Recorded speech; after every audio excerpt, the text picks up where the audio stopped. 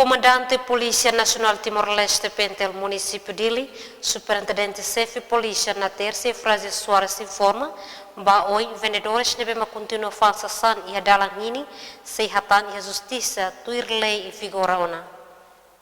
Comandante Pentel Município Dili, Superintendente Chefe Polícia na Terça Frase Soares, hato questão de jornalista sira e hasaon conferência imprensa Comando Geral Pentel kay Koli segunda ni. Nedehan durante fulang idane ho fulan kotuk nelaran Comando Lihusi Esquadra dongalesio halona atuação ba vendedores sira nebe makfan sasan ho di cria engravamento. Autor sirane parbele hatan ba justiça tamba sirania ação ne contra ona orden autoridade.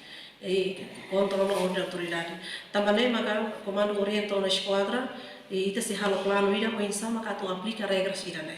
Impõe regras ida né para ita ne comunidade sira pela sentir ni consequência e a lei ne halusa.